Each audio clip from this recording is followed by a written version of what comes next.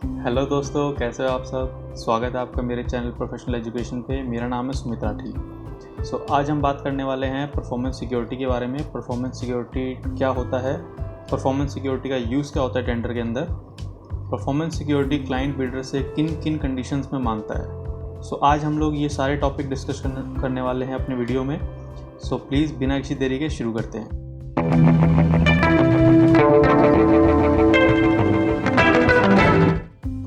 अगर आप मेरे चैनल पे फर्स्ट टाइम आए हैं तो प्लीज़ चैनल को सब्सक्राइब करके ज़रूर जाना। तो फ्रेंड्स, जैसे आपको पता लग रहा है, परफॉर्मेंस सिक्योरिटी एक टाइप की सिक्योरिटी होती है जो हमें किसी भी काम को परफॉर्म करने से पहले अपने क्लाइंट को देनी पड़ती है। ये क्लाइंट बिल्डर से क्यों मांगता है। सपोज़ कीजिए, अगर आप कोई काम किसी क्लाइंट के लिए कर रहे हैं, उसको कैसे कॉन्फिडेंस आएगा कि आप वो काम कर रहे हैं वो सही करेंगे, टाइम से करेंगे या नहीं करेंगे।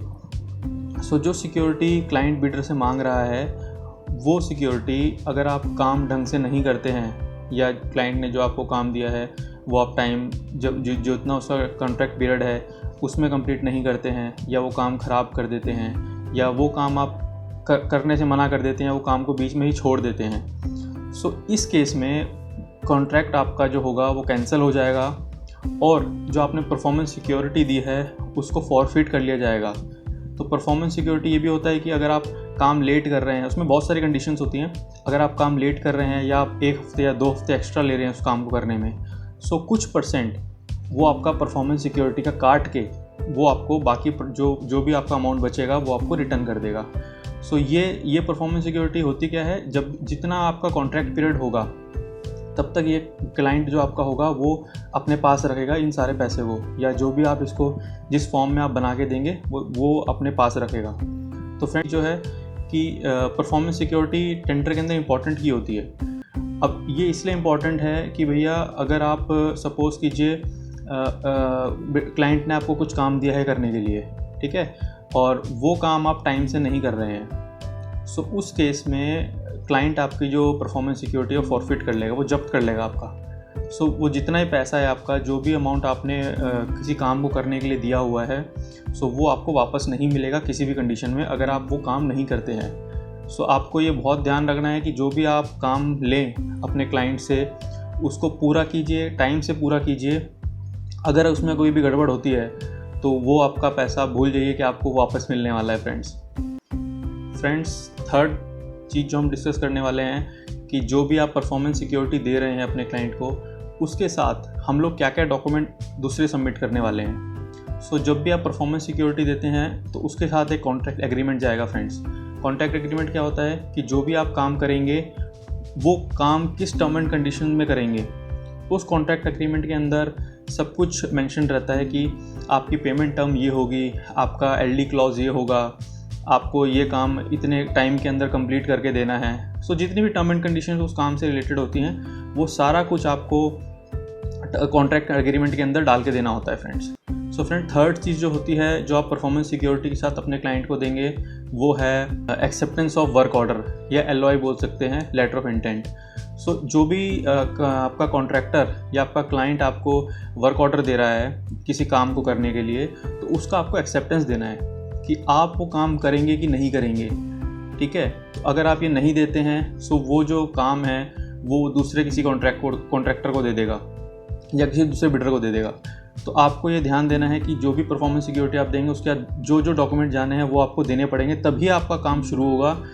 कि अगर आप सपोज़ कीजिए, अगर आप एक्सेप्टेंस नहीं देते हैं या आप कॉन्ट्रैक्ट एग्रीमेंट थोड़ा लेट कर देते हैं देने में, उस कंडीशन में मतलब कॉन्ट्रैक्टर जो होता है और बिल्डर में होता है, तो वो जो भी टर्म एंड कंडीशन में काम करना होता है वो फुलफ़िल नहीं हो पाता है। फ्रेंड, उसमें फिर उल्टी सीधी बातचीत होती है कि आप लेट कर रहे हैं काम को, या आपने ऐसा कर दिया काम, वैसा कर दिया काम। तो जो भी आपका जो डॉक्यूमेंट आपके जो परफॉर्मेंस सिक्योरिटी के साथ जाने चाहिए वो आपको साथ में ही देने चाहिए और टाइमली देने चाहिए। फ्रेंड्स, दूसरी चीज़ जो हम डिस्कस करने वाले हैं वो है कि आप परफॉर्मेंस सिक्योरिटी किस किस मोड्स में दे सकते हैं। फ्रेंड, जो डिफरेंट टाइप के मोड्स होते हैं कि जैसे आपको क्लाइंट बोलता है कि आपको परफॉर्मेंस सिक्योरिटी देनी है, तो आपको डिफरेंट मोड्स देगा वो आपको, कि आप उसको DD दे सकते हैं, आप डिमांड ड्राफ्ट बना के दे सकते हैं उसको आप, या आप उसको FDR के तौर पे दे सकते हैं। FDR मतलब फिक्स डिपॉजिट रिसिप्ट, या आप उसको बैंक गारंटी की दे सकते हैं। तो लोगों का थोड़ा कन्फ्यूजन होता है कि परफॉर्मेंस सिक्योरिटी बैंक गारंटी जो होती है वो एक ही होती है। नहीं फ्रेंड्स, ये दोनों एक नहीं होती है। पर बैंक गारंटी एक मोड है परफॉर्मेंस सिक्योरिटी का, कि आप परफॉर्मेंस सिक्योरिटी जो आप दे रहे हैं वो मोड है कि आप बैंक गारंटी के टाइप में भी दे सकते हैं। तो इसको आप एक जैसा मत समझिएगा कभी भी, परफॉर्मेंस सिक्योरिटी और बैंक गारंटी में बहुत डिफरेंस होता है, ठीक है। सो डीडी और एफडीआर जो है वो दोनों मैं ऑलरेडी इनके ऊपर वीडियो बना चुका हूँ। आप आई बटन में मैं आपको लिंक दे दूंगा, आप वो जाके देखिए, आपको पूरा नॉलेज मिलेगा कि डीडी कैसे होता है, क्या इसकी वैलिडिटी होती है, एफडीआर कैसे बनता है, क्या इसकी वैलिडिटी होती है, किन किन तरीक़ों से हम लोग एफडीआर दे सकते हैं, किन किन फेजेस में दे सकते हैं। तो आप वो वीडियो ज़रूर देखिए।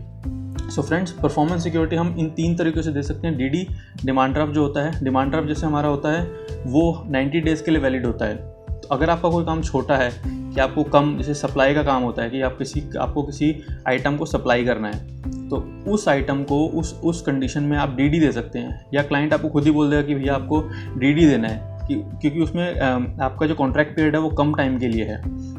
सेकंड जो होता है एफडीआर होता है। एफडीआर में क्या होता है कि आपको फिक्स डिपॉजिट रिसिप्ट, ठीक है। तो ये भी एक मोड होता है परफॉर्मेंस सिक्योरिटी देने का, कि क्लाइंट बोलता है कि भैया मुझे एफडीआर चाहिए, ठीक है। तो एफडीआर में क्या होता है, आपको वैलिडिटी ज़्यादा मिल जाती है कि आपको 2 साल, 3 साल, 4 साल, आप इस तरीके से आप एफडीआर दे सकते हैं। थर्ड है आपका बैंक गारंटी। बैंक गारंटी में भी फ्रेंड्स यही होता है कि आपको बैंक गारंटी में थोड़ा काम ज़्यादा करना पड़ता है, ठीक है। आपको बैंक में आपको फॉर्म देने पड़ते हैं डिफरेंट तरीके के, ठीक है। आपको एनेक्चर्स देने पड़ते हैं जो ऑलरेडी आपके टेंडर में मेंशन होते हैं। सो ये सारी चीज़ें होती हैं जो हमें बैंक गारंटी में देनी पड़ती है। तो फ्रेंड्स, जो सबसे ईजी मोड होता है कि भैया क्लाइंट ने बोला कि आपको परफॉर्मेंस सिक्योरिटी देनी है किसी काम को करने के लिए, तो उसमें सबसे ईजी मोड कौन सा होगा कि आपको जो आपके लिए भी ईजी हो और क्लाइंट के लिए भी ईजी हो, वो है फ्रेंड्स डीडी और एफडीआर। अब इन दोनों में फ़ायदा क्या है वो मैं आपको बताता हूँ। जैसे डीडी है, डीडी आपको शॉर्ट कोई काम है तो आप अपने क्लाइंट को बोल सकते हैं कि भैया अगर वो बोलता है कि नहीं आपको एफडीआर ही देना है, आपको बैंक गारंटी देनी है, तो आप उसके रिक्वेस्ट कर सकते हैं कि सर आपका काम छोटा है तो मैं आपको डीडी दे देता हूँ। तो उसमें आपका भी फ़ायदा है और क्लाइंट का भी फ़ायदा है। सेकंड जो है एफडीआर। एफडीआर में फ्रेंड्स सबसे बड़ा फ़ायदा ये है कि एफडीआर में आपको इंटरेस्ट मिलता है। जब भी आप एफडीआर बनवाएंगे और अपने क्लाइंट को देंगे, तो जब भी आपका कॉन्ट्रैक्ट पीरियड ख़त्म होगा या आपका काम ख़त्म होगा, तो क्लाइंट जब आपको एफडीआर रिटर्न करेगा, तो उस केस में आपको जो इंटरेस्ट लगा है उस अमाउंट पे, जितना बड़ा अमाउंट होगा या जितना भी आपका अमाउंट होगा उस पर जो इंटरेस्ट लगा है वो आपको रिटर्न मिल जाएगा। बैंक गारंटी में सबसे बड़ा मतलब बैंक गारंटी भी देनी चाहिए, बट बैंक गारंटी में नुकसान क्या होता है कि इसमें मेकिंग चार्जेस लग जाते हैं आपके कुछ। हर बैंक का जैसे एक मेकिंग चार्ज होता है कि आपको अगर 1 करोड़ की बैंक गारंटी बनानी है तो उसके ऊपर 1% या 1.3% कुछ चार्ज लगता है इसके ऊपर, तो वो आपको एक्स्ट्रा देना पड़ता है फ्रेंड्स, और ना ही इस पर कोई इंटरेस्ट मिलता है, ठीक है। तो इसमें नुकसान नहीं है। अब बैंक गारंटी बनाते हो इसमें आपको नुकसान ज़्यादा मिलेगा। अगर आप कोई छोटे बिडर हैं या छोटा आप कॉन्ट्रैक्टर हैं तो आप कोशिश कीजिए कि आप एफडीआर या आप डिमांड ड्राफ्ट ही दें। फ्रेंड्स, कुछ हम टिप्स एंड ट्रिक के बारे में बात कर लेते हैं परफॉर्मेंस सिक्योरिटी से related.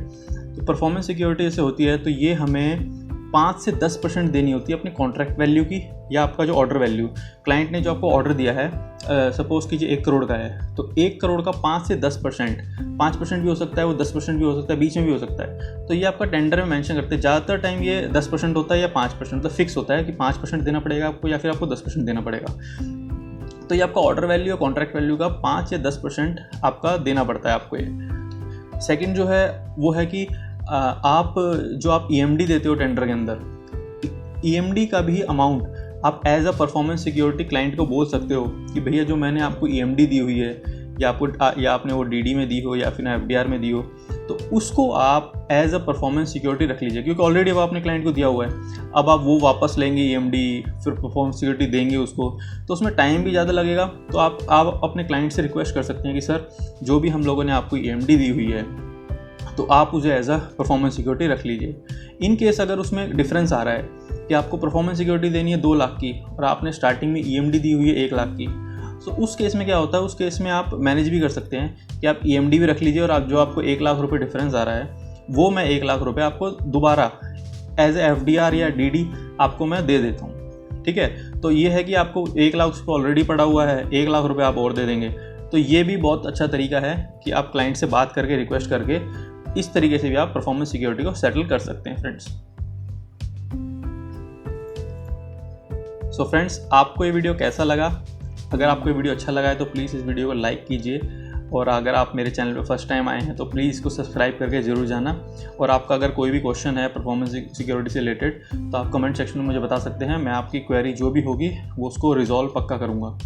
Thank you so much मेरी वीडियो देखने के लिए।